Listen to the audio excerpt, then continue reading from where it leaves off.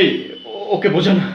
মানে মানে মানে এই সম্পূর্ণ ঘটনাটার জন্য কিন্তু আমি কোনোভাবেই দায়ী নই। তুই বিশ্বাস কর, বিশ্বাস কর। মানে মানে তুই বোঝা ওকে। মানে এই সমস্ত ঘটনা কিন্তু ঘটেছে একটা চক্রান্তে, একটা জটিল একটা ষড়যন্ত্রে। মানে আমাদের তিনজনের এই বন্ধুত্ব নষ্ট করার একটা চরম চক্রান্ত। বিশ্বাস কর, এইভাবে এইভাবে আমাদের বন্ধুত্ব নষ্ট হতে দিস না। বরং আয় আমরা তিনজন এক হই, এক হয়ে ফাইট করি এই এই চক্রান্তের বিরুদ্ধে, ষড়যন্ত্রের বিরুদ্ধে। বিশ্বাস কর, আমি কখনো ওর নামে এরকম কথা বলতে চাইনি, কখনো না। কিন্তু এমন হয়ে গেল যে আমাকে বলতে হলো কিছু টাকার জন্য। কিন্তু বিশ্বাস কর, আমি ওদেরকে মাফ করবো না।